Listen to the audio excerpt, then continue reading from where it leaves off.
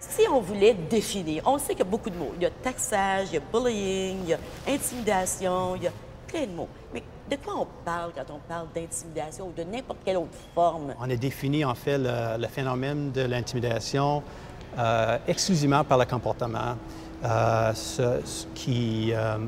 Alors, on parlait de les menaces, l'agression verbale qui a été répétée plusieurs fois. L'intimidation est un problème de relation. Oui. Ça peut peut-être expliquer pourquoi ça se passe entre deux personnes et non pas entre deux autres. On sait que c'est pas par hasard ces relations se bâtissent entre soit deux personnes, mais ça peut être parmi un groupe de personnes aussi. Qu'est-ce que vous voyez?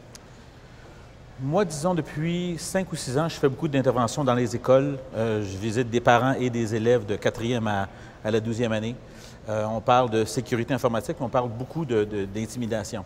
Je suis d'accord au niveau du problème de relation, mais je vois aussi, c'est le concept de l'inégalité de la force d'une personne dans le groupe par rapport à certains qui sont de leur personnalité un peu plus faibles, disons-le faible.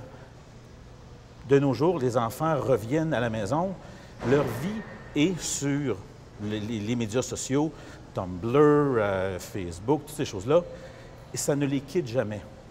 Est-ce qu'il y a un lien, Francine, entre intimidation et problèmes de santé mentale qui peuvent se développer dans la jeunesse?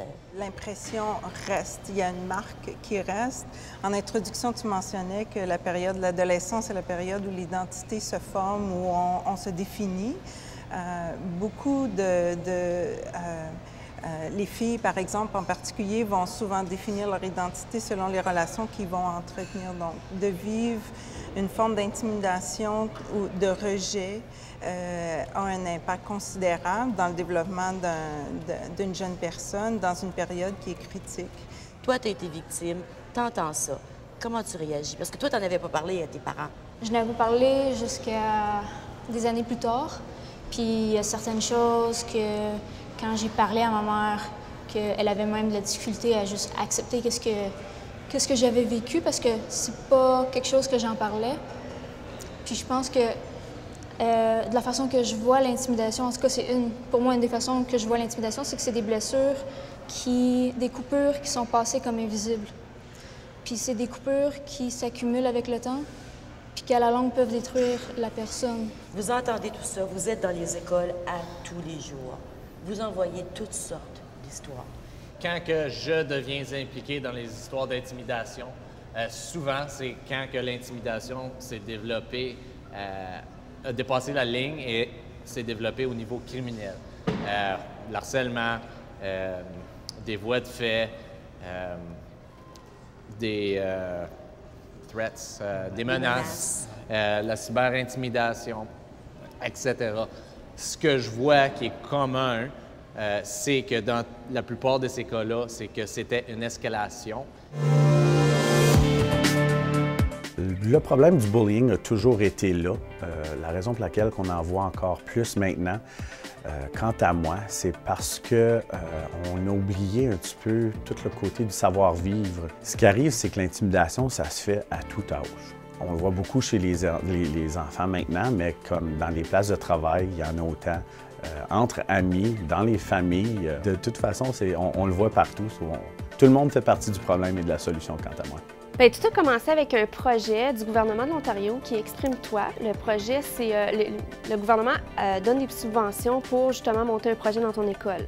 Quel est le droit du parent? Est-ce qu'il a le droit de savoir ce qui est arrivé, ce que l'école a fait avec les personnes qui intimident?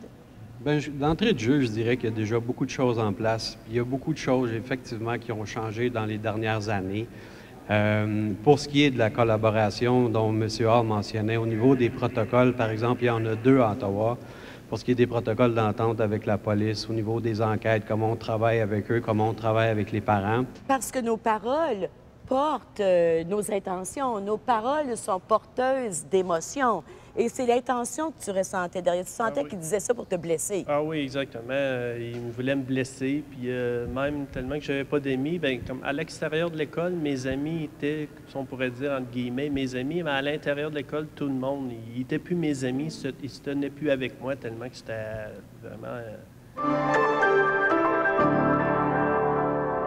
L'intimidation, le bullying, le taxage, tous ces mots qui parlent d'un phénomène de relation qui crée des blessures de part et d'autre, qui ont un impact sur nos enfants, sur nous aussi comme parents, comme adultes.